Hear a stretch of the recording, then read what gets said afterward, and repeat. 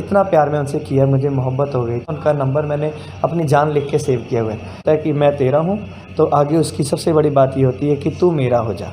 तो जब हम किसी को प्यार करते हैं ना, तो प्यार में कहते हैं ना, चाहे जान ले लो है ना, तो हम क्या करते हैं, कमाल का सवाल है।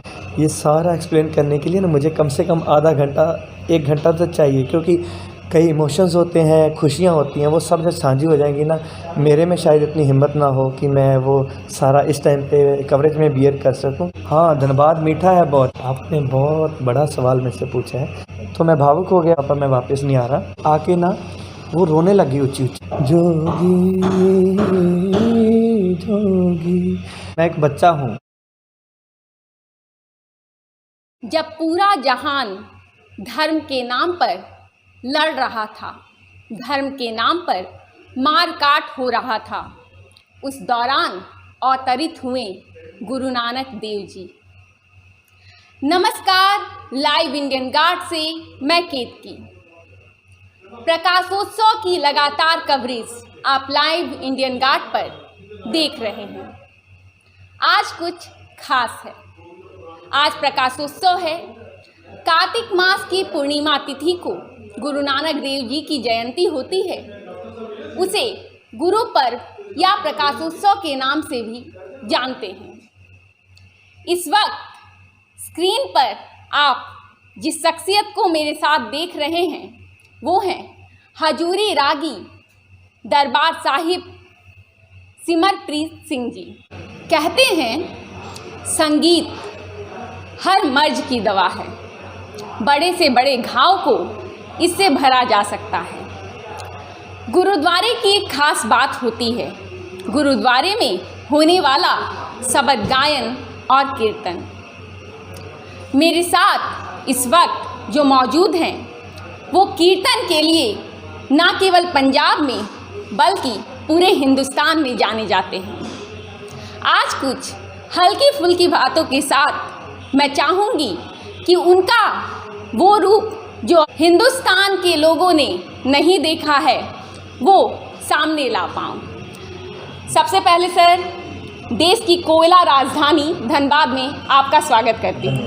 थैंक यू सर, सबसे पहला सवाल, धनबाद क्या पहली बार आना हुआ या इससे पहले आए हैं? जी, सबसे पहले तो मैं बहुत धन्यवाद करता हूँ आपके इंडियन गार्ड चैनल का, जिन्होंने गुरु नानक साहब जी के प्रकाश उत्सव को इतने बड़े लेवल पे और सबसे बड़ी बात इतने प्रेम से, क्योंकि ये सारा प्रेम का है, ये सारा कार्य ही प्रेम का है, तो इतने प्यार से आपने गुरु नानक देव जी का प्रकाश उत्सव झारखंड में धनबाद में कवरेज कर रहे हो, उसके लिए आपका धन्यवाद है। और हाँ, हम सेकंड टाइम आए हैं धनबाद में। वैसे हम एक बार एक्चुअली यहाँ आसनसोल में आए थे, कीर्तन समागम थे आसनसोल में, तो उस वक्त हमको उन्होंने सुना आसनसोल में, तो रांची में बुक किया, रांची में सुबह समागम किया, तो यहाँ से क्रॉस करना था, तो यहाँ एक छोटा बैंक वाला गुरुद्वारा है गुरु नानकपुरा, तो वहाँ पे उन्होंने फिर हमें इनवाइट किया, तो हम वहाँ पे कीर्तन किए। तो वहाँ से ये प्रबंधक कमेटी, यहाँ की प्रबंधक कमेटी ने हमें सुना और उन्होंने वहीं पे आज से 1.5 साल पहले कह दिया था कि आने वाले प्रकाश उत्सव पे आपको हम इनवाइट करेंगे, तो यहाँ पे आना हुआ इस समय। मतलब ये सेकेंड टाइम है आपका धनबाद का? जी सर, मैं एक बात आपसे पूछना चाहूँगी, यहाँ आने से पहले और आने के बाद धनबाद के बारे में क्या सोच रही आपकी? हाँ, एक्चुअली मैं, ये सवाल अच्छा है। जब धनबाद आना था हमें, तो वहाँ से आने वक्त हम ना कंफर्ट जोन देखते हैं, क्योंकि गायन करना होता है, गले के काफ़ी कार्य होते हैं, गले को संभाल के रखना है, तो हम काफ़ी कंफर्ट जोन देखते हैं। जब हमें यहाँ से इनविटेशन गया तो कुछ कारण थे, हम वहाँ पे जैसे कह देते हैं कि फ़्लाइट का करना है, कैसे आना है, कैसे जाना है, तो हम बहुत कंफर्ट जोन देख रहे थे कि कैसे कंफर्ट आ सकेंगे। एट लास्ट हमारी रेलवे की टिकट हुई, हम बाय रेल आए यहाँ पे। एक दिन पहले हमारी सीट नहीं कंफर्म हुई थी, तो एक दिन पहले मैंने सोचा कि मैं नहीं जाऊँगा, कि कंफर्म नहीं है सीट, कैसे बैठेंगे, बीमार हो जाएंगे। लेकिन सच में जब मैं यहाँ पे पहुँचा और जैसे ही मैं यहाँ पे पहुँचा, यहाँ से गुरजीत सिंह जी धर्म प्रचार के हैं सकत्तर, और यहाँ की जो प्रबंधक श्रेणी है सारे बुज़ुर्ग हैं उम्र के लिहाज से, उनका डील करने का अंदाज़, उनका जब उन्होंने मुझे कॉल किया स्टेशन पर पहुँचने के बाद, मेरी एकदम से थकान उतर गई एकदम से, क्योंकि मैंने पहले जैसे बयान किया, मुझे भी और ये कार्य सारा प्रेम का है। तो जब हम किसी को प्यार करते हैं ना, तो प्यार में कहते हैं ना, चाहे जान ले लो, तो ऐसा ही हुआ, जैसे उन्होंने हम यहाँ पे पहुँचे और उन्होंने फ़ोन किया, आप पहुँच गए, आपका स्वागत है, हम सारे आ रहे हैं, सारे 5-10 जो लोग हैं प्रबंधक कमेटी में सारे रिसीव करने पहुँचे। तो एकदम से वो जो रास्ते का सफ़र था, जो थकान थी, तो एकदम से उतर गई एकदम से। इतना अच्छा हमारा ये यहाँ की एंट्रेंस रही। उसके बाद हम, सबसे बड़ी बात होती है, हम जाते हैं कहीं पे होटल में खाते हैं पीते हैं, ऐसा कुछ नहीं। यहाँ पे सबसे अच्छी बात यह है कि 3 टाइम का खाना हर कोई प्यार से अपने घर में इनवाइट करके हमें खिला रहा है। तो ये यहाँ का एक्सपीरियंस बहुत अच्छा रहा, अभी तक का तो बहुत अच्छा रहा हमारा। एक बात आपसे पूछ रही हूँ, वैसे आप काफ़ी आध्यात्मिक दृष्टिकोण और आध्यात्मिक एक तरीके से आपका परिचय है। जब लोग आपसे बात करते हैं तो फिल्मों की बात थोड़ी नहीं करनी चाहिए, बावजूद उसके मैं पूछना चाहूँगी, गैंग्स ऑफ वासेपुर आपने देखी है क्या? मैंने सच में, ये बात सच है। वैसे मैंने ना मूवीज़ बिल्कुल कम देखी है, अगर कोई देखी है तो बहुत मशहूर जो हो जाती हैं, जिसके बारे में फ्रेंड सर्कल में बातें होती हैं या कोई कह देता है कि ये ज़रूर देखना, तब मैंने देखी, अदरवाइज़ मैं मूवी नहीं देखता। जी। तो धनबाद आपको कैसा लगा, खट्टा या मीठा? हाँ, धनबाद मीठा है बहुत। यहाँ के पकवान ऐसा था, हमें आते ही जिनके हम घर गए वहाँ पे जाते उन्होंने बताया यहाँ के खाने का बहुत महत्व है। यहाँ के खाने में बहुत अलग अलग चीज़ें बनती हैं। जब हम यहाँ पे पहुँचे ना, ये सुबह आपने कवरेज किया, बड़ी अच्छी शख्सियत हरप्रीत सिंह जी मखू को भी आपने कवरेज किया, तो उनके भी उस्ताद जी, उनके बेटे जो जिनसे रबाब सीखते हैं, रबाब का महत्व सीधा गुरु नानक देव जी से जुड़ता है। भाई साहब जी के जो बेटे हैं वो जिनसे रबाब सीखते हैं, और मैंने उनसे कीर्तन सीखा। प्रिंसिपल सुखवंत सिंह जी, जिनको पंजाब में और ऑल ओवर द वर्ल्ड दुनिया जानती है, वो बहुत बड़े बड़े प्रोजेक्ट करते रहते हैं। तो उन्होंने हमें यहाँ पे पहुँचते ही, और वो आने वाले फरवरी में यहाँ पे आ भी रहे हैं यहाँ पे, तो उन्होंने जब हम पहुँचे कॉल किया कि आप पहुँच गए हैं। पहुँचते सारी उनकी पहली ये थी, वहाँ पे खाने का बहुत अच्छा सिस्टम है। मैं यहाँ पे आके बहुत कुछ खाता हूँ, तो वहाँ पे मीठी मीठी चीज़ें नई नई मिलती हैं जो आपने खाई नहीं होंगी, तो एक बार ज़रूर वहाँ पे जाके खाना। तो हम यहाँ पे बैठे हैं, फिर उनको फ़ोन आया भाई साहब को, हरप्रीत सिंह जी को, यहाँ पे खा के आना। मीन्स तो उससे यहाँ का मीठा जो है ना सिस्टम, बहुत ज़्यादा प्रचलित है, बहुत प्रचलित है। यहाँ का मीठा एक्सपीरियंस है हमारा यहाँ का। जानना चाहूँगी कि किस तरीके से हजूरी रागी तक का सफ़र आपने तय किया? आपने बहुत बड़ा सवाल मुझसे पूछा है। ये सारा एक्सप्लेन करने के लिए ना मुझे कम से कम आधा घंटा 1 घंटा तो चाहिए, क्योंकि कई इमोशंस होते हैं, खुशियाँ होती हैं, वो सब जब साझी हो जाएंगी ना, मेरे में शायद इतनी हिम्मत ना हो कि मैं वो सारा इस टाइम पे कवरेज में बियर कर सकूं। लेकिन जो कहते हैं मीडिया से बाहर की बात, और सबसे बड़ी बात जो हम हाइलाइट्स कह देते हैं जिसे, मैं आपको वो ज़रूर शेयर करूंगा कि मैंने तकरीबन 6 साल की उम्र में मेरे पिताजी का शौक़ था कीर्तन सीखने का, लेकिन घर के हालातों के कारण वो कीर्तन नहीं सीख पाए, क्योंकि पीछे पावर नहीं थी, पावर ऑफ मनी और समथिंग, तो वो सीख नहीं पाए। उनका उत्साह था, जब वो हमारे घर में मेरा जन्म हुआ, उनका मन था कि मैं नहीं सीख पाया, चल मैं कोशिश करूँगा अपने बच्चे को सिखा सकूँ। हमारे वहाँ पे एकेडमी, मैं रेल कोच फैक्ट्री से मेरा बॉर्न हुआ। वैसे हमारा पीछे का सारा अमृतसर से है, तो रेल कोच फैक्ट्री कपूरथला में मेरे पापा सर्विस करते हैं, वहाँ का मेरा बॉर्न हुआ। तो 6 साल की उम्र में उन्होंने मुझे कीर्तन सीखने के लिए लगाया, तो मैं 2-3 साल सीखा कीर्तन उस्ताद दलजीत सिंह जी और बीबी बलजीत कौर जी से। वहाँ कीर्तन सीखने के बाद थोड़ा टाइम मैंने एज अभ्यास और शौक़ के लिए गुरुद्वारा में कभी कभी 1 शब्द पढ़ना, 2 शब्द पढ़ना, ऐसा करता रहा मैं। थोड़ा टाइम बीतता गया, टाइम के साथ टाइम आगे बढ़ता है, तो मेरे अंदर उसका पैशन के साथ प्रोफेशन और सब कुछ उसका ख्याल आने लगा। तो थोड़ा टाइम बीता और मैं प्रिंसिपल सुखवंत सिंह जी जो जवद्दी हैं, उनकी शरण में गया, उनसे कीर्तन सीखना शुरू किया। और हाँ, एक बात है, हमारे सिख धर्म में कई रीति रिवाज़ों को, जैसे आज गुरु नानक देव जी का प्रकाश पुरब है, हम उसको मेन हमारा वो है, तो गुरु नानक देव जी ने बहुत बड़े बड़े रीति रिवाज खंडन कर दिए थे। बहुत बड़े रीति रिवाज उनके जीवन में हम पढ़ सकते हैं कि जिन्हें ज़बरदस्ती किसी चीज़ को माना नहीं जाता। तो लेकिन एक परंपरा है संगीत में, जो हिंदुस्तानी संगीत में पिछले 3000 साल से चली आ रही थी, उस्ताद शागिर्द परंपरा। तो जब मैं प्रिंसिपल सुखवंत सिंह जी के पास गया, हमारे धर्म में ऐसा माना नहीं जाता, बट स्टिल ये था कि मैं उस्ताद जी के पास गया, मैंने उनको सब कुछ मान लिया अपना। आज भी अगर मैं आपको मोबाइल दिखाऊंगा, उनका नंबर मैंने अपनी जान लिख के सेव किया हुआ है। तो इतना प्यार मैं उनसे किया, मुझे मोहब्बत हो गई। तो मैंने उस्ताद जी से कहा मैं अब कहीं नहीं जाना चाहता इसके आगे। तो उन्होंने मुझे उस्तादी शागिर्दी के रूप में एक सिमरना दिया और मुझे उस्तादी शागिर्दी की। तो उसके बाद उस्तादी शागिर्दी में 2 चीज़ें होती हैं। एक उदाहरण हम हमेशा दुनिया में देखते हैं कि एक बच्चा जा रहा है, उसने अपने बाप की बाजू पकड़ी है, हो सकता है एक कठिन समय आए और वो डर के भाग जाए, लेकिन जब वो बाजू उसके बाप ने उसकी पकड़ी होगी, तो हो सकता है ऐसा कठिन समय आए, उसका बाप उसकी बाजू नहीं छोड़ेगा, वो आगे हो जाएगा। तो ऐसा ही उस्तादी शागिर्दी में होता है। जब तक तो हम ज़िम्मेदार शागिर्द होते हैं, हम मेहनत करते हैं, हम बहुत कुछ करते हैं कि हम जीवन में अपने लिंक्स क्रिएट करते हैं कि बड़ा हो जाएं, यहाँ चले जाएं, वहाँ चले जाएं, ये कर लें। जब उस्तादी शागिर्दी हो जाती है ना, तब जिम्मेदारी उस्ताद के ऊपर हो जाती है। लापरवाह हो जाता है शागिर्द। हाँ, ये फ़र्ज होता है कि मैं तेरा हूँ, तो आगे उसकी सबसे बड़ी बात ये होती है कि तू मेरा हो जा। तो जब मैं उस्ताद जी की उस्तादी शागिर्दी की, मेरी ज़िम्मेदारी उनके सर पे हो गई कि आगे मेरे जीवन का ध्यान उन्होंने कैसे रखना है। फिर भी एक चंचल मन है, तो उस मन से मैं पढ़ता गया। मैंने पढ़ाई में +2 की। +2 करने के बाद मैंने ITI वेल्डर की, ITI की। ITI से बाद मैंने MA BA MA की, डबल MA मैंने शास्त्रीय संगीत, हिंदुस्तानी शास्त्रीय संगीत में की। तो इतना पढ़ने के बाद जब आदमी पढ़ता है तो दिमाग ज़्यादा चलता है, तो अपने दिमाग से मैं चलता गया और मुझे रेलवे की जॉब मिली 18 साल की उम्र में। ITI के बेस पे मैंने टेस्ट दिया, वो मैं सेलेक्ट हो गया। जब मैं प्रिंसिपल सुखवंत सिंह जी के पास डिब्बा लेके गया उस्ताद जी के पास कि मुझे रेलवे की जॉब मिल गई, उस्ताद जी मुँह मीठा कीजिए। आगे से कहते हैं कि ज़िम्मेदारी तो मुझे दी थी, पल्ला तो मुझे पकड़ाया था, तो अब अपने दम पे ये लेके आया नौकरी, तो मैंने ये मीठा नहीं खाना। तो मैं भावुक हो गया। मैंने कहा उस्ताद जी प्लीज़। कहते नहीं मैंने नहीं खाना। मैंने कहा आप क्या चाहते हो? कहते हैं मैं चाहता था तू कीर्तन कर, मैं ये नहीं चाहता कि तेरे पिता की तरह तू भी रेलवे में लोहा, पंजाबी में शब्द यूज़ करते लोहा कुटना, तो लोहा को मतलब वहाँ बनाए, तो डिब्बे बनाए मैंने ये करने के लिए तुझे कीर्तन नहीं सिखाया था, ये करने के लिए तेरी बाँ नहीं पकड़ी थी, तुझे कीर्तन मैंने कीर्तनियाँ बनने के लिए सिखाया था। तो उसी दिन मैंने निर्णय वहीं खड़े होकर लिया अपने पिताजी से बात करके कि पापा मैं वापस नहीं आ रहा, मैं कीर्तन करूँगा। तो क्या उन दिन उन्होंने बहुत हंस के एक्सेप्ट किया। अगर तेरे उस्ताद जी कह रहे हैं एक ज़िंदगी है, निशावर कर दे उनके ऊपर।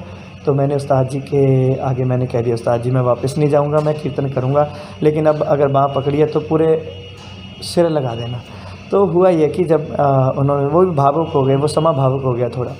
तो मैं वहाँ पे रुका, मैं वापस रेलवे में ना मैंने इस्तीफ़ा दिया, मैंने कुछ नहीं किया। मैं अगले दिन जॉब पे गया ही नहीं जब मेरी होगी ज्वाइनिंग। तो उसके बाद मैंने लुधियाना में जनता नगर में, उन्होंने ही किसी को फ़ोन करके कि एक मेरा बच्चा है, इसको सुनिए कैसा लगता है आपको। उन्होंने सुना, उनको अच्छा लगा। मेरी उम्र उस टाइम पे 19 साल थी। तो मैंने वहाँ कीर्तन शुरू किया। कीर्तन करते हुए कुछ ऊंच नीच समा आता है, प्रबंधक श्रेणी के साथ कुछ हो जाता है ऊंच नीच। तो ऐसे होते हुए मेरी वहाँ से, जिस दिन उन्होंने मुझे कहा कि आप अब अपना देख लीजिए, तो उस दिन जब मैंने बाहीं अपने उस्ताद जी को पकड़ा दी थी, तो मैंने क्या देखना था, मैंने उनकी तरफ मैंने बताया कि ऐसा मुझे उन्होंने कहा है। अब एक दिन बाद ही SGPC में टेस्ट निकल आता है, तो वहाँ मैंने बिना इनविटेशन के वहाँ गया, मैं वहाँ जाके टेस्ट दिया और मेरे पास डॉक्यूमेंट नहीं थे, वो कुछ भी नहीं था मेरे पास। मैंने जब वो डॉक्यूमेंट्स नहीं थे तो मैंने कहा कि अब मैं कैसे टेस्ट दूँ। तो भगवान ने जब रास्ता बनाना होता है तो हर जगह आपके लिए मौजूद होते हैं। जब गुरु नानक का कीर्तन था तो गुरु नानक की जिम्मेदारी थी कीर्तन कैसे करवाना है, तो उन्होंने ऐसा रास्ता निकाला। उस दिन टेस्ट किसी कारण पोस्टपोन हो गया, 6 दिन का समय मिल गया। मैंने 6 दिन में डॉक्यूमेंट्स कंप्लीट किए, टेस्ट दिया और मैं सेलेक्ट हो गया। सेलेक्ट होने के बाद मेरी SGPC में ज्वाइनिंग हुई, तख्त श्री दमदमा साहिब तलवंडी साहिब बठिंडा में 3 साल मैंने वहाँ लगाए। फिर उसके बाद हमारी ट्रांसफ़र हुई तख्त श्री केसगढ़ साहिब श्री अनंतपुर साहिब, जो सिखों का स्थान है, जहाँ अमृत गुरु खालसा वहाँ पे स्थापित हुआ था। वहाँ 3 साल की सर्विस के बाद मेरी ट्रांसफ़र हुई शहीदा साहिब बाबा दीप सिंह जी के स्थान अमृतसर में। वहाँ 7 महीने के सफ़र के बाद 2019 में 9 नवंबर को हमारी ट्रांसफ़र श्री दरबार साहब में हुई और 9 जनवरी 2020 हमारी पहली ड्यूटी थी कीर्तन की। और उसके बाद गुरु रामदास जी ने इतनी कृपा की, आज सारा कुछ आपके सामने है। मैं बहुत खुश हूँ। और अगर उस दिन उस्ताद जी ने वो मुँह मीठा कर लिया होता ना, तो आज मैं शायद कीर्तन ना कर रहा होता। उन्होंने उस दिन वो मीठा नहीं खाया, तो आज सारे संसार में हम उनकी बदौलत, उनकी आशीर्वाद की बदौलत और गुरु नानक का नाम ले रहे हैं, गुरु नानक का प्रचार। जिस तरह गुरु नानक ने निष्काम, गुरु नानक ने सारे संसार में जाके अपने नाम का प्रचार किया, हर जगह पे जाके प्रचार किया, तो हम उसी श्रेणी में आते हैं। तो इसीलिए हमारा भी दाना पानी घूमने का ही है, तो इसीलिए उसी दाना पानी के ज़रिए हम धनबाद पहुँच गए आज। ये था मेरा सफ़र। मुझे लगता है कि मेरे दर्शक मुझसे इत्तेफाक रखेंगे कि सिमरप्रीत जी को सुनना एक संगीत को सुनने जैसा है। और सर आपकी बातों से मुझे लगा कि संगीत शायद जैसे बॉडी में ब्लड बहता है, आपकी बॉडी में शायद संगीत बहता है। चलिए मैं इससे रिलेटेड ही एक क्वेश्चन आपसे पूछना चाहूँगी। संगीत आपके लिए जुनून है या जीवन? कमाल का सवाल है। संगीत मेरे लिए पहले जो संगीत था ना, सब कुछ मेरा जुनून था। संगीत मेरा जुनून था। मैंने उस जुनून में संगीत को सीखना शुरू किया। मेरे उस्ताद जी मुझे मैंने ना कभी मेरा सुर एक बहुत महिमा रखता है संगीत में। कहते हैं सुर की साधना सबसे बड़ी साधना है। जब हम संगीत को सीखते हैं तो क्या होता है, एक आदमी सा रे गा मा पा धा नी सा गाता है, तो कभी हम देखेंगे कि जिसका सा ही ठीक नहीं लगा, जिसका बिगनिंग ही हम एक दीवार ये घर बना लेंगे ना, जब हम अगर इसकी नींहें नहीं बनाएंगे ना तो ये हवा से गिर सकता है। पेंसिल को ऐसे हम यहाँ पे खड़े करेंगे तो पेंसिल गिर जाएगी। अगर हम यहाँ पे शेक निकाल के पेंसिल को अंदर खड़ा करेंगे तो वो गिरेगी नहीं, जिसकी रूट्स कामयाब होती हैं। तो मेरे लिए जब मैंने संगीत सीखना शुरू किया तो मैं बेसुरा गाता था। मुझे मालूम है मैं जैसा गाता था। मैंने उस्ताद जी के पास जाना, मेरे उस्ताद जी ये सुर नहीं लग रहा, ये नहीं लग रहा। उस्ताद जी ने एक बड़े नुक्ते की बात कही, शायद संगीत जगत में बहुत बड़े ये उस्ताद लोग कहते हैं एक साधे सब सदे, सब साधे सब जाए। मीन्स इसका मतलब ये होता है कि अगर एक की तपस्या से, गुरबानी में भी आता है, अगर एक की हम पल्ला पकड़ लें। मैं एग्जाम्पल करता हूँ कई बार स्टेज से। एक भिखारी हम देखते हैं, भिखारी हमारे पास आता है, मुझे 10 रुपये दो। हमारे पास है, हम दे देते हैं। दया आएगी दे देंगे, नहीं दया आएगी नहीं देंगे। अगर वो भिखारी अपने पिता के पास, जो खुद भिखारी है आगे से, वो अपने पिता के पास जाएगा, पापा मुझे 10 रुपये चाहिए, वो उसका पिता ना सारा दिन भीख मांगेगा और भीख मांगने के बाद अपने बेटे को आके कहेगा तूने मांगे थे। इसका मतलब ये होता है जब हम एक बाप से मांगते हैं ना, बाप कभी कमी नहीं रहने देता, कभी कमी नहीं रहने देता।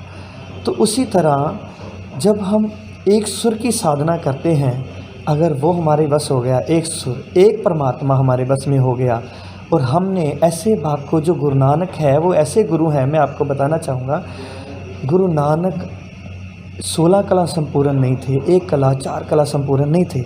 गुरबानी में शब्द आता है, आप नारायण कला तार जग में परवरियो। मीन्स कि गुरु नानक देव जी इस जगत में, आप कलयुग में अवतार धार के भगवान आ गया है। दूसरी जगह गुरु नानक का जहाँ भी गुरबानी में नाम आता है ना, एक आता है प्रगट शब्द आता है, प्रगट पई सगले जुगंतर गुरु नानक की बढ़ियाई। आगे शब्द आता है, तिन बेदियन की कुल बिखे प्रगटे नानक राय। एक शब्द आता है, सतगुरु नानक प्रगटिया मिटी धुंध जग चानन हुआ। प्रगट शब्द एक ऐसा शब्द है जिसका अपोजिट शब्द नहीं है। कभी आप देखो, जन्म होता है तो मरण होता है, उपज होता है, विनाश होता है, लेकिन प्रगट का अपोजिट शब्द ही नहीं आता। इसी तरह गुरु नानक का जन्म नहीं हुआ, गुरु नानक प्रकट हुए हैं, वो कभी जा नहीं सकते धरती से, अकाल पुरख खुद आया था। तो एक उपासना, जब वो भगवान हमारे बस में आ जाए, गुरबानी में जिस भगवान के बारे में लिखा है, सब निधान 10 अष्ट सिद्धांत ठाकुर कर तल तरया। मीन्स जो सारे जुगों का, सारी कुल कायनात का मालिक है, जो एक कला नहीं, 4 कला नहीं, 16 कला नहीं, गुरबानी में कहते हैं, कल शब्द हमने पढ़ा था, प्रगट पई सगले जुगंतर गुरु नानक की वडियाई, सुनी अरदास स्वामी मेरे सर्व कला बनियाई। सर्व कला संपूर्ण गुरु नानक देव जी ने अवतार लिया। और मैं समझता हूँ जो गुरु नानक का उपासक है, जो गुरु नानक का उपासक है, जो गुरु नानक की पूजा करता है, कुल कायनात में उनकी पूजा होती है। हिंदू पूजा करते हैं, मुस्लिम पूजा करते हैं, तिब्बत में पूजा होती है, सारे ब्रह्मांड के गुरु नानक गुरु हैं। हो सकता है किसी के देवी देवता अवतार कोई एक किसी का हो, लेकिन जो गुरु नानक है वो सबका साझा है। सबवे सांझी वाल सधायन, कोई ना दिसे बाहरा जियो। गुरु नानक ने राक्षस को भी देवता बनाया, हर जगह गए गुरु नानक। तो इसका मतलब ये है, मैं ये कहना चाहता हूँ कि अगर हम गुरु नानक को बस में कर लें और गुरु नानक हमारा बाप बन जाए, तो ये खेल गुरु की नहीं रह जाएगी, वो बाप हो जाएगा ना, तो गुरु से हो सकता है हम प्रार्थना करें। हमारे कॉन्स्टिट्यूशन, जो भारत का लॉ है, जो कॉन्स्टिट्यूशन है, उसमें भी एक लाइन लिखी हुई है, जब बच्चा जन्म लेता है किसी के घर में, उसका जन्म से ही अपने बाप की जायदाद का हकदार बन जाता है। वो कभी भी कह सकते हैं कि पिताजी मुझे ये ज़मीन जायदाद चाहिए, तो उसका हक होता है, कॉन्स्टिट्यूशन में उसका हक होता है, वो केस करके भी ले सकता है वो चीज़। तो इसी तरह अगर गुरु नानक किसी का गुरु है, किसी का कुछ है, और हमारा पिता है, क्योंकि हमारे तो बड़े भाग हैं, कुल कायनात का, मुस्लिम धर्म का गुरु है, लेकिन हमारा वो पिता है, तो पिता से जब हम मांगेंगे तो कोई कमी नहीं रह जाएगी। तो इसी तरह जब हम एक जुनून से, मैंने वो तपस्या, जो आपका सवाल था कि मेरा जुनून है या मेरा ये जीवन है, तो इसका मतलब ये था कि जब मैं चला था तो मेरा जुनून था, तब मैं चला था एक सुर को लेके, सुर के अभ्यास से। जब मुझे पता चला कि एक सुर से ही सब कुछ मिल जाना है, तो मैंने उस सुर का अभ्यास शुरू कर दिया और उस सुर ने मुझे जीवन दे दिया। और आज के समय में जुनून तो मेरा है, क्योंकि मैं जब भी कीर्तन करता हूँ, सारा जो भी मुझे सुनते हैं, जिन्होंने सुना है वो जानते हैं, हम कभी ऐसे कीर्तन नहीं करते कि आज समा पूरा कर दें। आज 1 घंटा है तो 1 घंटा टाइम नहीं देखते, हम ये देखते हैं कि उस 1 घंटे को संभालना कैसे है। तो इसी तरह वो जुनून ही आज हमारा जीवन भी बन गया, क्योंकि ये सब कुछ उस जुनून की बदौलत हम जीवन में अगर कुछ कमा रहे हैं, खा रहे हैं, हमारे साथ शादी हुई, पेट जुड़ जाते हैं, सब कुछ जुड़ता है, तो वो जुनून मेरा जीवन बन गया। जुनून मेरा सब कुछ, पैशन, प्रोफेशन, सब कुछ अब मेरा वो जुनून बन गया। जब चला था तब जुनून था, आज ये जीवन बन गया है। सर, मैं एक बात और जानना चाहूँगी, कीर्तन के अलावा क्या फिल्मी संगीत आप कभी सुनते हैं या गाते हैं? हाँ, मैं बिल्कुल, ये इससे मैं कभी ये नहीं कहूँगा, क्योंकि अगर मैं इस ढंग से बात करूँ कि धर्म के माध्यम से, तो धार्मिक कट्टरता कहती है कि हम ऐसे सवालों का शायद मुझे लगता है उनको अच्छा ना लगे, लेकिन ये है एक संगीत को प्यार करने वाला। संगीत ऐसी चीज़ है, मैं थोड़े दिन पहले, आपने शायद देखा होगा, असम से, मुझे उनका नाम भूल गया, भ से कुछ नाम है उनका, तो जब वहाँ के एक संगीतकार थे, ऐसे संगीत ज्ञाता थे, उन्होंने जब संगीत में ऐसी महारथी प्राप्त की, तो गूगल में ना, एक जब उनका जन्मदिन आया, गूगल ने सर्च इंजन में उनका नाम डाल दिया, गूगल ने उनको श्रद्धांजलि दी। जब लता मंगेशकर जी का नाम आता है तो गूगल श्रद्धांजलि देता है। तो इसी तरह संगीत इतना बड़ा है, मुझे कई भाषाएं समझ नहीं आती, लेकिन जब हम कहते हैं ना, वो वहाँ से निकलता है जब, तो मैं संगीत सुनता हूँ, मैं हिंदुस्तानी संगीत सुनता हूँ, मैं शास्त्रीय संगीत सुनता हूँ, क्योंकि गुरु नानक देव जी का हम प्रकाश पर्व कवर कर रहे हैं ना, तो मैं आपको एक बात बताना चाहूँगा। गुरु नानक देव जी ध्रुपद गाते थे, धुमार गाते थे, सबसे बड़ी शैली थी ध्रुपद को गाना और धुमार को गाना। आज तो ये गाया ही नहीं जा रहा। उस समय में किसी के समझ में आना बड़ी बड़ी बात थी। गुरु नानक ने रबाब से कीर्तन किया। रबाब एक ऐसा साज है, ऐसा इंस्ट्रूमेंट है जिसमें सुर है, और उसकी जब बीट चलती है, स्ट्रिंग चलती है, वो ताल में चलती है, तो तबले की ज़रूरत नहीं पड़ती, तबला भी चलता है। तो संगीत इतना बारीक है, इतना महंगा है कि हमें इस संगीत को बाउंड्रीज में बांधने का कोई हक नहीं है। संगीत ऐसी कला है, ऐसी चीज़ है, आप किसी धर्म से होके, आप धनबाद में रह के, धनबाद में जीवन व्यतीत करके, मैं अमृतसर में रह के, अमृतसर में जीवन व्यतीत करके आज हम किसी प्रेम की डोरी में बैठे हैं, तो वो संगीत ही है। वो संगीत ही मेरा संगीत था, मैं गा रहा था, आप कवर करने आए हैं। संगीत ऐसी चीज़ों को जोड़ देता है। कई बार हम गा रहे होते हैं, मैं एक बार जयपुर में गया, वहाँ में एक लेडी से मिला, वो बुज़ुर्ग थे, वो मैं कीर्तन कर रहा था, उनको शब्द एक भी समझ नहीं आया, क्योंकि गुरबानी उनके पंजाबी जैसे आपको समझ नहीं आई थी, तो उनको भी समझ नहीं आई, लेकिन उन्होंने सुना, सुनते सुनते मदहोश हुए और आके ना वो रोने लगी ऊँची ऊँची। मैंने कहा क्या हुआ माता जी, आप बताइए। तो कह रहे हैं कि मेरे अंदर जो हिट कर रही थी, सुर की लहकारियाँ हिट कर रही थी, तो मेरे से बर्दाश्त नहीं हुआ, मेरे आंसू आ गए। तो मैं आपको सच्ची बात बताऊं, अगर सच्चा संगीत होगा ना, कभी आप देखना, हम लोग जब गवैये को किसी को भी सुनते हैं, कई बार ऐसा होता है वो कुछ नहीं कहता, वो कोई एक गाना नहीं गाता, वो कोई एक शब्द नहीं गाता, कोई लिरिक्स नहीं गाता, वो स्टेज पे आता है, आते ही कहते हैं ना, तो हम क्या करते हैं, यही मदहोश हो जाते हैं। कोई भाषा नहीं थी, कुछ संगीत की कोई भाषा नहीं है, कुछ नहीं है, संगीत बाउंड्री से बाहर है। तो मैं बिल्कुल हर संगीत सुनता हूँ, मैं गाने सुनता हूँ। हाँ, ये है, गानों में संगीत होगा तो सुनेंगे, लिरिक्स के लिए मैं गाने नहीं सुनता कि अगर मैंने उस लिरिक्स को देखना है, उसमें क्या उसने कहा।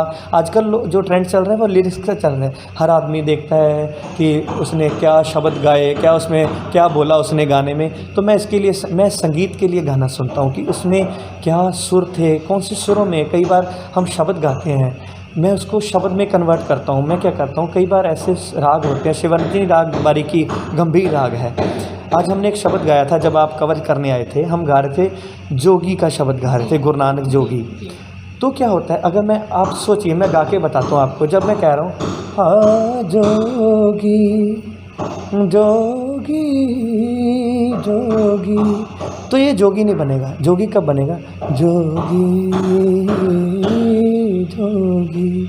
तो जोगी के सुर अलग हैं। खुशी में, अब हम किसी को विनती करने आए, हम विनती करेंगे बेनती बेनती, तो लगेगा यार गा रहा है, लेकिन जब हम कहेंगे ना बेनती बेनती, तो उस सुर में बेनती है। तो इसलिए मैं संगीत सुनता हूँ कि मैं हर गाने में से क्या निकाल सकता हूँ। चंचल प्रकृति का शब्द है, गुरु साहब हंस के बात कर रहे हैं तो उसको किस सुरों में ढालना है। अगर वो गंभीर प्रकृति का शब्द है तो उसको किस सुरों में ढालना है। हमें बंदिशें मिलती हैं, इसलिए मैं हर संगीत को सुनता हूँ, हर तरह के संगीत को। एक बात और पूछना चाहूँगी, आपने क्लासिकल म्यूज़िक में ट्रेनिंग ली हुई है, आप सवर और कीर्तन का गायन करते हैं। आमतौर पर अभी हमारी बॉलीवुड इंडस्ट्री में एक अलग म्यूज़िक का एक अलग फेज चल रहा है। बहुत सारे क्लासिकल सिंगर्स ये दावा करते हैं कि नेहा कक्कड़ या और जो इनकी जनरेशन वाले गायक हैं वो क्लासिकल म्यूज़िक की हत्या कर रहे हैं, गाने को तोड़ मरोड़ रहे हैं, पुरानी गाने जो हैं उनके रीमेक बनाए जा रहे हैं। इस पे एज अ क्लासिकल म्यूज़िक गाने वाले, as a classical music singer, आपकी क्या राय है? हाँ, मैं ये कहूँगा कि आज का जो दौर है ना, जैसे आपने आते ही मुझे कहा था, आपने बताया मुझे कि आज से 17 साल पहले ये इंडियन गार्ड चैनल चला था।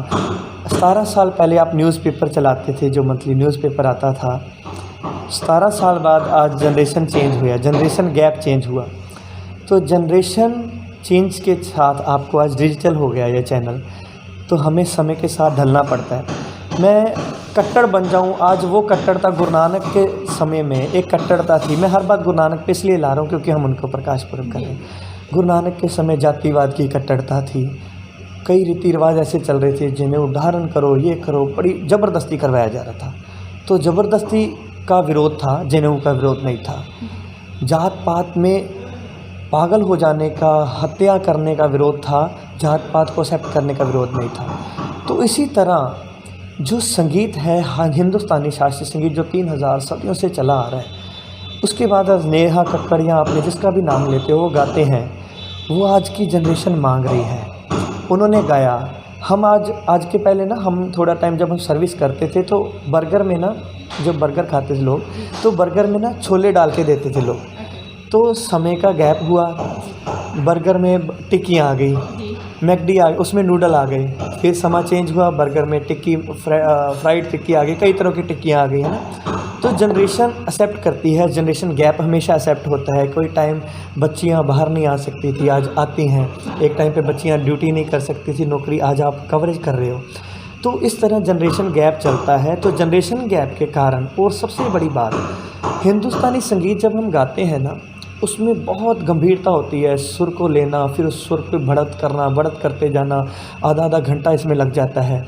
आज के समय में टाइम किसी के पास नहीं है। टाइम के बचत ने लिरिक्स, अब लिरिक्स लिखे किसी ने, उस लिरिक्स को ढालना, तो हिंदुस्तानी संगीत की हत्या नहीं है, ये कहेंगे कि समय की चेंज है। और उस समय को ढलते हुए मैंने आज एक शास्त्रीय संगीत का शब्द गाया। उन्होंने मुझे कहा स्टेज कत्तर ने कि एक और गा दीजिए। मैंने 2 शब्द गाए, उसके बाद मैंने लाइट गाया। हमें यहाँ आना सारा कुछ चाहिए, सारा कुछ। तो पॉप गाने वाला हिंदुस्तानी नहीं गा सकता। तो मैं ये भी दावा कर सकता हूँ, जो शास्त्रीय संगीत गा रहे हैं वो पॉप सिंगिंग में नहीं गा सकते। हर किसी का अपना अंदाज है। अगर आज मैं गा रहा हूँ, सोनू निगम गा रहे हैं, सोनू निगम वर्सेटाइल सिंगर है, नेहा कक्कड़ की अपना अंदाज है, दलेर मेहंदी का अपना अंदाज है, शास्त्रीय संगीत में राशिद खान साहब का अपना अंदाज है। राशिद खान साहब दलेर मेहंदी को कभी नहीं गा सकते, दलेर मेहंदी राशिद खान साहब को कभी नहीं गा सकता। उन्होंने हत्या नहीं की, उन्होंने अपना मुकाम हासिल किया। हम भी कई बार जब कीर्तन करते हैं, सामने वाला कहता है तूने मेरे को टक्कर दी है, हम टक्कर देने के लिए कभी कीर्तन नहीं करते। मैंने अपना परफॉर्मेंस करना है, दूसरे ने अपना परफॉर्मेंस करना है। हम क्या करते हैं, आज आपने मुझे सुना, आप मुरीद हो गए, एक आदमी और अच्छा गाएगा, हम उसके भी मुरीद हो जाएंगे। अगर वो अच्छा नहीं गाएगा तो हम कहेंगे तेरे से अच्छा वो था। मीन टू से कि यहाँ पे कंपटीशन नहीं चल रहा, यहाँ पे हत्याएं नहीं चल रही, यहाँ पे अपना एक अंदाज़ चल रहा है। हर आदमी अपने अंदाज से जी रहा है, अपने अंदाज से काम कर रहा है। कोई किसी चीज़ को कुछ बना के है वो मीठा मीठे का अंदाज़, कोई उसको पकोड़े तल रहा है, कोई किसी चीज़ को कुछ कर रहा है अपने अंदाज में। हर कोई किसी चीज़ को पेश कर रहा है, किसी का चल जाता है, किसी का नहीं चलता। तो नेहा कक्कड़ ने बहुत सुरीला गाया, वो चल गई, उसने सुर में गाया। अगर वो बेसुरा गाती तो चाहे वो कुछ भी गा लेती, दुनिया ने उसे एक्सेप्ट नहीं करना था। तो इसलिए उसका अपना अंदाज़ है, उसने शास्त्रीय संगीत की हत्या नहीं की। हाँ, लेकिन ये है कि हमें अपनी मान मर्यादा को भी संभालते रहना चाहिए। जैसे मैंने पहले इंटरव्यू सुनी थी सोनू निगम जी की, सोनू निगम जी ने एक बात कही उन्होंने अब उस बात से ही हम क्लियर हो जाते हैं। वो एक क्लिप है, उसमें उन्होंने उस्ताद सलामत अली खान, नज़ाकत अली खान जी का एक क्लिप चलाया, उसमें उन्होंने सुनाया, कहते कि ये जो क्लिप है मैं नहीं गा सकता, लेकिन अगर वो कमाल का उन्होंने गाया, कहते लेकिन आज अगर जनरेशन इसे एक्सेप्ट करती तो शायद आज मैं क्लासिकल गा रहा होता। तो ये हत्या नहीं हुई, समय की तब्दीली हुई, लोगों के पास समय कम था, लोग आधे घंटे की बढ़ोतरी नहीं सुन पा रहे थे। जो उसको गुण का गाहक जी मिले तो गुण लाख बिकाए, विण गाहक गुण बेचिए तो गुण सहग हो जाए। गुरबानी कहती है अगर गुण का गाहक मिल जाता तो वो बहुत बहुत बहुत बढ़ता। आज उसके बड़े गाहक नहीं हैं। हर आदमी आज सेल से सामान लेना ज़्यादा अच्छा समझता है। ब्रांडेड दुकान में हर कोई नहीं जाता। ब्रांडेड में बिकता है, ब्रांडेड भी बिकता है, वो एक बिकता है सबके बराबर बिकता है। और सेल में आदमी आज ज़्यादा भीड़ होती है। हम देखते हैं सोम बाज़ार, संडे बाज़ार लगता है, वहाँ पे भीड़ ज़्यादा होती है। बस ये फ़र्क है, वो महंगा है। हिंदुस्तानी संगीत में उसकी ये कहूँगा कि शास्त्रीय संगीत बहुत महंगा संगीत है, लेकिन समय के साथ वो तब्दीली आती जा रही है और लोग उसको भूल के आज सेल का सामान ले रहे हैं। पर लेकिन संगीत की महिमा फिर भी सबसे ऊंची है। संगीत ऊंचा ही रहेगा, संगीत किसी के बस में नहीं रहेगा। उनको भी प्रणाम है जो ऐसा संगीत नेहा कक्कड़ जी गा रहे हैं, उनको भी प्रणाम है। और दलेर मेहंदी जी को भी प्रणाम है जो पॉप सिंगिंग कर रहे हैं, नहीं तो वो आगे नहीं आना। तो और आजकल तो रैप वो भी आ रहे हैं, तो उनको भी प्रणाम है, उन्होंने अपना अंदाज़ दिया है, नई चीज़ है। एक और सवाल आपसे, थोड़ा सा निजी है लेकिन मुझे लगता है कि आप जवाब देंगे। आप को दुनिया जानती है जो, वो यही है कि एक कीर्तनकर हैं सिमरप्रीत सिंह जी, आध्यात्मिक फिगर कह सकते हैं, रिलीजियस फिगर है काफ़ी, संजीदा रहने वाले व्यक्ति, और जो जाएंगे तो केवल गुरु की भक्ति करेंगे। उससे इतर एक दूसरा फेज होता है हर इंसान के लाइफ में, फन लविंग, मस्तीखोर, अपनी पारिवारिक जीवन होता है। उसके ऊपर जो, क्योंकि दर्शक आपको पसंद करने वाले लोग, चाहने वाले लोग कम नहीं हैं, मेरे चैनल के माध्यम से वो भी जानेंगे इसके बारे में, ज़रा बताइए। हाँ बिल्कुल, मैं ऐसा हूँ, मैं सच्ची बताता हूँ, मेरे अंदर एक ऐसा उमंग है। मैं एक बच्चा हूँ, मैं इतना बच्चा हूँ कि मेरा जो यूट्यूब पे चैनल है, मैंने भी बनाया है एक, उसमें हम व्लॉगिंग करते हैं। तो उस व्लॉगिंग से मुझे ना, जब हम कीर्तन करने गए, कुछ लोगों ने ना मुझे सामने से देखा, वो मुझे बाहर संगत के रूप में मिले और वो ऐसे हाथ जोड़ के खड़े थे और वो मेरे साथ 10 मिनट मिले। 10 मिनट के बाद वो कह रहे हैं कि वीर जी मज़ा आ गया। अच्छा, एक बार मैं आपको एक एग्जांपल बताता हूँ। एक बार हम ना कीर्तन करने मुरादाबाद गए। जब हम वहाँ पहुँचे तो वो कह रहे हैं भाई साहब जी आप आए हो, बहुत शुक्रिया। दूसरे दिन वो स्टेज से कह रहे हैं भाई साहब जी अब कीर्तन करेंगे 1 घंटे के लिए, तो हम सुनेंगे। शाम को कह रहे हैं भाई साहब का कीर्तन सुन के मज़ा आ गया और इनसे मिलके भी मज़ा आ गया। और तीसरे दिन वो स्टेज से क्या अनाउंस करते हैं, आज सिमर कीर्तन करेगा। इसका मतलब ये है कि उनको असल शख्सियत समझ आ गई। हमारे ब्लॉग में आप देखेंगे हम जितनी मस्ती हम करते हैं कोई भी नहीं करता। अब हमारे ये बड़े प्यारे जिनकी आपने इंटरव्यू ली, हरप्रीत सिंह जी, तो इनके बारे में मैं एक शब्द कहूँगा, जब सुबह से आपके चैनल पे चलेगी उनकी भी इंटरव्यू। इनके बारे में मैं ये जिक्र करना चाहता हूँ, जब हम इनको जाने नहीं मिले नहीं थे ना, तो हम इनको एक बड़ा ही ऐसे इंसान समझते थे जो हर जगह पे, पता नहीं उन्होंने कब लड़ पड़ना है, पता नहीं उन्होंने कब कहाँ पे किसको टोक देना है, हम ऐसा मानते थे। मैं एक्सेप्ट करता हूँ। मेरे जो साथी हैं जिन्होंने मेरे साथ कीर्तन करते हैं वो इनके मुरीद हैं, तो वो मुझे कहते हैं कि एक बार मुझे इनको मिला दो। तो मुझे भी ये डर था कि मैं इनसे बात कैसे करूँगा, लेकिन आज 2 दिन हम इनको मिले हैं। तो मैं आपके चैनल के माध्यम से बताना चाहूँगा, हमारे अंदर एक ऐसा रूप पैदा हुई, मुझे ऐसा फील होता है कि मेरे बड़े भाई से भी ज़्यादा है। तो होता क्या है, जब हम किसी को जानते नहीं होते तब वो शख्सियत गंभीर लगती है, क्योंकि हम उसको, उसकी शख्सियत, मुझे कोई जानता है ना गुरु रामदास जी के कीर्तनीय के कारण, तो मेरा ये फ़र्ज़ बनता है गुरु रामदास जी की महिमा, गुरु रामदास जी मेरे में से लोग उनको कई बार जज करने लगते हैं, तो मेरा ये फ़र्ज़ बनता है मेरा करैक्टर इतना अच्छा रहे, मैं हर चीज़ में इतना अच्छा रहूं कि कोई उनके दर पे उंगली करके ये ना कहे ऐसे होते हैं ये गुरु रामदास जी के कीर्तनीय। मेरा ये फ़र्ज़ बनता है कि मैं ऐसा अच्छा काम करूं कि मेरे ऊपर खुश होकर कहें कि गुरु रामदास जी के कीर्तनीय ऐसे होते हैं। तो इसलिए मैं उसको संभालने के कारण हमें कई बार ऐसा विचरना पड़ता है, लेकिन मैं बहुत हंसने खेलने वाला एक बच्चा हूँ। वो इसके बारे में सबको मालूम है, जो मेरा यूट्यूब चैनल देखेंगे वो देख सकेंगे कि हम, मुझे लगता है कि हम वो भी बोल जाते हैं कई बार हंसते हुए कि जो शायद एक इतनी कि मुँह से शोभा नहीं देता, लेकिन हम बच्चे हैं, हम बच्चे बन के उस चैनल पे चलते हैं, हर जगह बच्चे बन के चलते हैं, यहाँ के सबसे प्यार लेते हैं, आशीषें लेते हैं। लेकिन एक रुतबा है जो हमारी डेजिग्नेशन है, जो हमारा कर्तव्य है, जिसके लिए हम जाने जाते हैं, उसको भी संभाल के रखना हमारा फ़र्ज़ है। तो मैं फ़र्ज़ से भी पीछे नहीं हटूँगा, लेकिन मैं ये नहीं कहूँगा मैं अपने अंदर से बच्चा मार रहा हूँ। ओके, एक अंतिम सवाल, धनबाद के दर्शकों को प्रकाशोत्सव पर क्या संदेश देना चाहेंगे? मैं धनबाद की सारी संगत को गुरु नानक देव जी के प्रकाश उत्सव पे पहले तो बधाई देना चाहूँगा कि गुरु नानक देव जी के प्रकाश उत्सव आप इतने बड़े लेवल पे मना रहे हो। आपके चैनल को बधाई देना चाहूँगा कि आपने गुरु नानक देव जी को के इस समागम को सारे संसार में कवर किया। और संदेश ये देना चाहूँगा कि गुरु नानक एक ऐसे गुरु हैं जिनकी वाणी जब भी आती है ना, तो सुनने का जिक्र आता है। जपजी साहब में पहले सुनने का जिक्र आता है। तो मैंने आज स्टेज से भी एग्जांपल दिया था, गुरु नानक देव जी जब जाके सिद्धों से गोष्ठ करते हैं तो सिद्धों ने आगे से सवाल नहीं किए थे, सवाल करना उनका मतलब था, उन्होंने सवाल किए लेकिन वह जवाब भी सुनते थे। जब कोढ़ा राक्ष उनके पास गुरुजी उनके साथ वार्तालाप करते हैं, अगर वो अपने सवाल करता है तो गुरुजी जवाब देते हैं, तो वो जवाब सुनता है। तो गुरु नानक देव जी का कारण ये था कि हम प्रचारक श्रेणी है, गुरु नानक देव से बड़ा प्रचारक कोई नहीं, जिन्होंने, हम तो थोड़े थोड़े जगह पे जाके प्रचार करते हैं, गुरु नानक देव जी ने सारे संसार में उस प्रभु के नाम का प्रचार किया। तो मैं ये संदेश और ये अरदास सारी संगत से करना चाहूँगा, केवल धनबाद की संगत से नहीं, सारे संसार की, कि आज के समय में हमारी सुनने की शक्ति, हमारी शक्ति कम होती जा रही है, सहन पेशेंस कम होता जा रहा है। तो हमें ये पेशेंस उस कोढ़े राक्षस भी लेना चाहिए जो राक्षस था लेकिन वो सुन रहा था गुरु नानक को।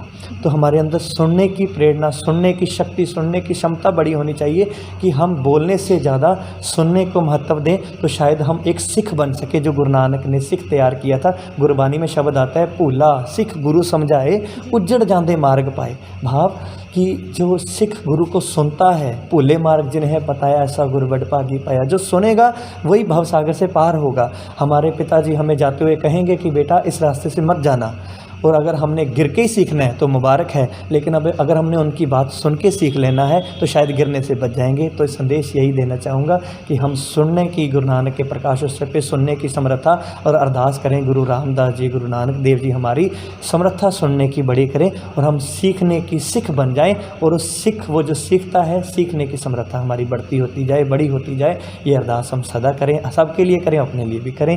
ये अरदास शब्दों के लिए मैं क्षमा करता चाहता हूँ। धन्यवाद।